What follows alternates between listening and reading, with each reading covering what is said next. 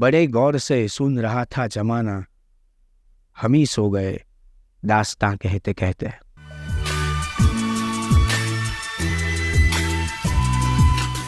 સાહિર લુધિયાનવી સાહેબ, કુછ કહી કુછ અનકહી.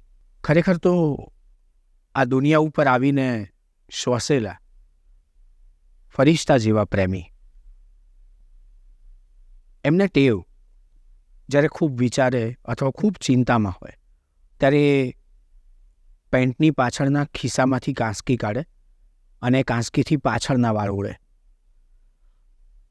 એ પોતે કદરૂપા હતા, એનો એમને બહુ જ ગમ હતો. આમ તો એમના ફાધરે 13 જેટલા મેરેજ કરેલા અને છતાંય એમની માતા જોડે એમણે ડિવોર્સ લીધા અને એને કારણે પિતાની જાહો જલાલી છોડીને એ માતા જોડે રહ્યા. એમને વારસામાં ક્રોધ મળ્યો પિતા તરફથી.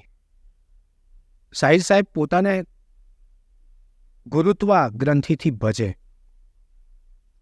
પણ એમના અંગત જીવનમાં ડોકિયું ખૂબ ઓછા લોકોએ કર્યું છે. અલબત્ત સાહિર સાહેબે કરવા પણ ઓછું દીધું છે. એમના ઘરે ડ્રોઈંગ રૂમ, પછી એક પેસેજ, અને પેસેજની સામે એક સાહિર સાહેબનો રૂમ અને બીજો એમની મમ્મીનો રૂમ. ક્યારેય કોઈ સાંજ એવી ના હોય કે જે ખાલી ગઈ હોય. હંમેશા સાંજે 6-6:30 પછી સાહિર સાહેબ એમના જ ઘરમાં આંટા ફેરા મારતા મળે અને કોઈકનો કોઈક શાયર એમની સાથે હોય. ક્યારેક જાનિસાર અખ્તર હોય તો ક્યારેક જાવેદ સાહેબ હોય. કોઈક નવો શાયર પણ હોય. એક શેર કહે તો એ તરત દાદ ના આપે. એ શેર પાછા ડ્રોઈંગ રૂમમાંથી પેસેજમાં જઈ અને એમની મમ્મીને સંભળાવે અને એમની અમ્મા દાદ આપે તો એ શેરને ખૂબ દાદ આપે. એ સાહિર સાહેબ માતૃભક્ત. નારી શક્તિનો મહિમા એમણે ફિલ્મ સંગીતમાં પણ ખૂબ કર્યો. પુષ્કળ કવિતાઓ આપી. આ સાહિર સાહેબ હંમેશા મુશાયરામાં પોતાની મમ્મીને સાથે લઈને જાય.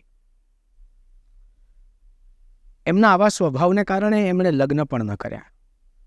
બાકી આપણે બધા જ જાણીએ છીએ કે સાહિર લુધિયાનવી અને અમૃતા પ્રીતમ, એમનો પ્રેમ જગજાહેર હતો.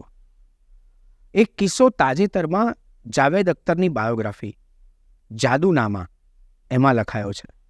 જાવેદ સાહેબને ફિલ્મ સંગીતના લોકો ઉપનામથી જાદુ કહે છે. આ જાદુનામામાં જાવેદ અખ્તર સાહેબે લખ્યું છે કે એક સમયે મારા પિતા જાનિસાર અખ્તર સાહેબને મૂકવા છેલ્લી નમાઝ પડવા જાનિસાર અખ્તર સાહેબ આવેલા અને થયું એવું કે મારા સ્ટ્રગલના દિવસો, જાવેદ અખ્તરના સ્ટ્રગલના દિવસો શરૂ થયા. એક સાંજે એ સાહિર સાહેબને ઘરે જાય છે. સાહિર સાહેબને કહે છે કે મને કામની જરૂર છે, તમને ફિલ્મ ઇન્ડસ્ટ્રીમાં આટલા બધા લોકો ઓળખે છે, મને કામ અપાવો. સાહિર સાહેબ થોડું વિચારે છે, પછી કહે છે કે હિસાબ હો ગયા અને એમના રૂમમાં જાય છે. એમના રૂમમાંથી બહાર આવે છે, પાકીટમાંથી 200 રૂપિયા આપે છે. જાવેદ સાહેબના હાથમાં મૂકે છે. જાવેદ સાહેબે કીધું કે મારે પૈસા નથી જોઈતા, કામ જોઈએ છે. તમે એવું કામ અપાવો કે જેને કારણે મને પૈસા મળે, અને એમને કામ ન ગમે તો હું પૈસા નહીં લઉં, પણ મારે કામ જોઈએ છે. સાહિર સાહેબે કીધું કે ये पैसे रख लो, काम आएंगे. उसने कबूल कर लिए है. એ સમયના 200 રૂપિયા આજે તો 2 લાખ જેવા થાય. ક્રમ બદલાયો, સમય બદલાયો. જાવેદ સાહેબ હવે શોલેથી ઓળખાતા થયા, સલીમ જાવેદની જોડી બની અને માતબર કામ ફિલ્મ સંગીતના મસ્ત મોટા પડદા ઉપર કર્યું. રાત્રે પાર્ટીઓ હોય, જશ્ન હોય, જ્યુબિલી ઉજવાતી હોય, આ બધા સમયે બધા સંગીતકારો, કવિઓ, ઇન્ડસ્ટ્રીના જાણીતા માણસો એકબીજાને મળે. સાહિર સાહેબ જાહેરમાં જ્યારે જાવેદ સાહેબને મળ્યા ત્યારે જાવેદ સાહેબે એક વાક્ય કહ્યું કે સાહિર સાહેબે મને 200 રૂપિયા આપ્યા છે, પણ એ હવે હું પાછા નથી આપવાનો. અને સાહિર સાહેબ થોડા ખચકાયા ને કે वो तो हिसाब कर लेंगे. એક દિવસ એવું થયું કે એક મોડી રાત્રે વહેલી સવારે ફોન આવ્યો કે સાહિર સાહેબ નથી રહ્યા અને જાવેદ સાહેબ સાહિર સાહેબને ઘરે પહોંચે છે. ઇન્ડસ્ટ્રીના બધા જ માણસો હોય છે, B.R. ચોપરાથી લઈને એક લોકો. સાહિર સાહેબને કોણ ના પ્રેમ કરે? શુદ્ધ કવિ, જેના કાવ્ય સંગ્રહમાં લખાયેલી કવિતાઓ પરથી હિન્દી ફિલ્મ સંગીતે એમની પોતાની કવિતાઓ આપી. એ વ્યક્તિ એને મૂકવા માટે જાવેદ સાહેબ જાય છે. જાવેદ સાહેબ આમ તો લખે છે કે મારે એક ફેરો પૂર્ણ કરવાનો હતો, મારા પિતાને મૂકવા એ આવ્યા અને હવે એમને મૂકવા માટે હું જઈ રહ્યો છું.